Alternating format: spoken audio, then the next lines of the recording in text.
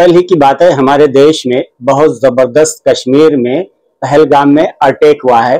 28 लोगों ने जान अपनी गंवा दी है। बहुत ही अफसोसनाक बात है कि मासूम पर्यटक सैलानी जो कि वहां घूमने गए थे अपने फैमिली के साथ, बच्चे के साथ, मासूम लोग थे, ऐसे मासूमों की जान वहां पे ले ली गई है। सबसे पहले मैं उन लोगों को अपनी तरफ से श्रद्धांजलि देता हूं और उनके लिए मैं एक शेर कहूंगा।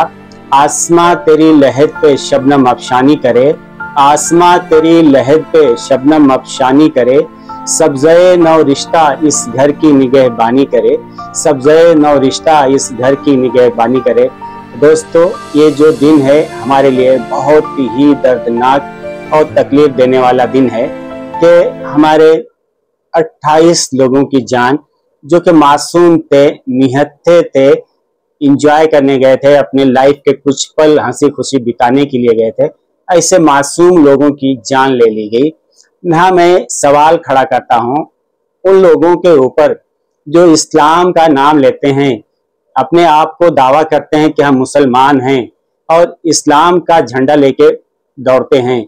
आप ये बताओ, आप किसके इशारे पे मासूमों की जान ले रहे हो? कुरान हमने खुद पढ़ा है, कुरान शुरू से लेकर आखिर तक मुकम्मल कुरान आप पढ़ लो। कहीं पे भी कुरान के अंदर इस बात की तालीम नहीं दी गई है कि किसी मासूम की जान ली जा सकती है। एक चींटी भी अगर कहीं से, एक वाकया है सुलेमान अलैहिस्सलाम का, उनकी फौज गुजर रही थी, चींटियों की जो सरदार थी उसने कहा रास्ते से फौज गुजर रही है, सब अपने अपने सुराखों में चले जाओ, नहीं तो कुचल दिए जाओगे। हमारा कहना यह है कि इस्लाम का जो तालीम है, इस्लामी तालीम है, इतनी सॉफ्ट है, इतनी शांतिपूर्ण है कि उसके मानने वाले कभी दहशत फैला ही नहीं सकते। जो सच्चा इस्लाम का मानने वाला होगा, जिसके दिल में सच्चा ईमान होगा, वो कभी भी किसी की जान नहीं लेगा। आप हदीस की किताबें पढ़ लो, 6 हदीस की किताबें हैं, सही मुस्तनद हदीस की किताबें हैं। हमने उन किताबों को भी पढ़ा है, आप उन किताबों में भी पढ़िए, देखिए कहीं आप एक भी हदीस नहीं बता सकते कि कहीं पे भी ये कहा गया हो कि किसी की मासूम की जान आप ले सकते हो। आप किसके इशारे पे, किसके बहकावे में, गुमराही के रास्ते पे निहत्ते मासूम लोगों की जान ले रहे हो? याद रखो, आप जो मासूमों की जान ले रहे हो, इसके बदले में आपको कोई जन्नत नहीं मिलने वाली है। अगर आप इस खुशफहमी में हो कि आपने मासूमों को मारकर जन्नत खरीद ली है, तो याद रखो आपने अपने लिए जहन्नम का दरवाजा खोल दिया है। अब आगे मैं आपको और बातें बताऊंगा, कुछ सिक्योरिटी के ताल्लुक से भी बताऊंगा। 2000 से ज्यादा लोग वहां पे एंजॉय कर रहे थे, अपना मजे ले रहे थे, वहां की हसीन वादियों में खोए हुए थे, लेकिन वहां पे एक हवलदार भी नहीं था उनकी देखभाल के लिए, उनकी सुरक्षा के लिए एक हवलदार भी नहीं था। सोचिए सुरक्षा में कितनी बड़ी चूक, जबकि जो खुफिया एजेंसियां हैं हमारे देश की, वो बता चुकी थी कि आतंकी हमले का खतरा है। जब अलर्ट किया गया था, बताया गया था आतंकी हमला हो सकता है और वो इलाका हमेशा दहशतगर्दों की जद पे रहा है, तो आप सिक्योरिटी का इंतजाम आप लोगों ने क्यों नहीं किया? इसके अंदर बराह रास्त मेरा सवाल है प्रधानमंत्री नरेंद्र मोदी साहब से और अमित शाह जो होम मिनिस्टर हैं, जिनके हाथ में पूरी सिक्योरिटी है, आप क्या कर रहे थे? क्यों निहत्था छोड़ दिया हमारे देश के लोगों को मरने के लिए? आप पार्लियामेंट में खड़े होकर बड़े लंबे चौड़े दावे करते हो, हम ये कर देंगे, हम वो कर देंगे। जिन मासूमों की जान गई, जिनके घरों में आज मातम है, पूरा देश मातम मना रहा है, और आप लोग सोचिए कि ये किस चीज का नतीजा है? ये नतीजा जो है जान लेने का, लोगों के खून से खेलने का। ये सिर्फ और सिर्फ मेरा जो अपना सोच है वो ये है कि आज हमारे देश में जो नफरत की खेती की जा रही है, नफरत की सियासत खेली जा रही है, इसी नफरत का ही नतीजा है कि आज देश में इतनी नफरत फैल चुकी है, इतनी दहशत फैल चुकी है इतने लोगों के अंदर एक दूसरे के तई एतमाद की कमी आ गई है कि कोई किसी के ऊपर भरोसा नहीं कर पा रहा है। एक दूसरे के जान के प्यासे हो गए हैं लोग, ये नफरत की वजह से और सिर्फ नफरत की सियासत की वजह से।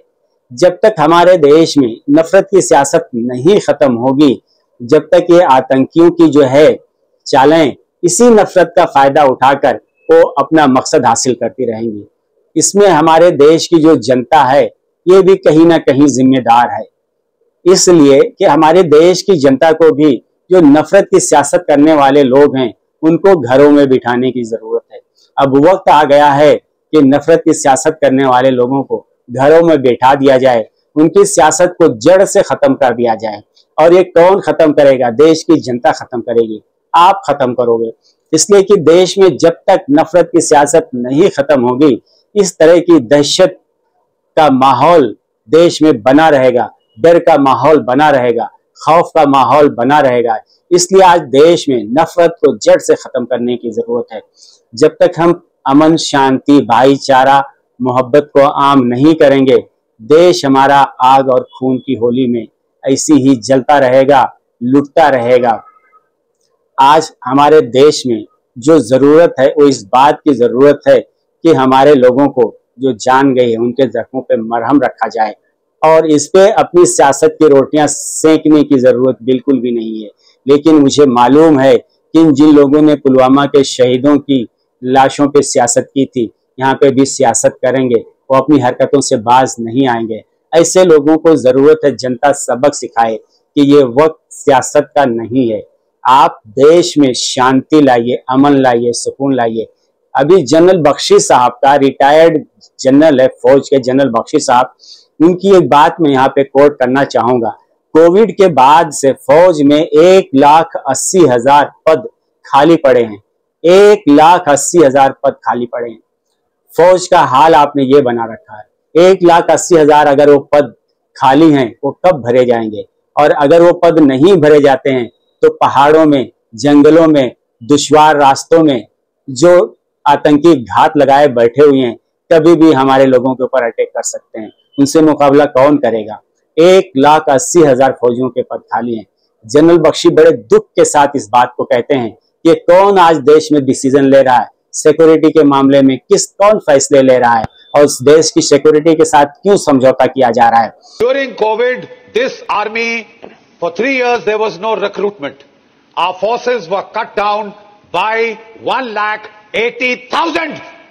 Who did it? What about the threat assessment? You saved money.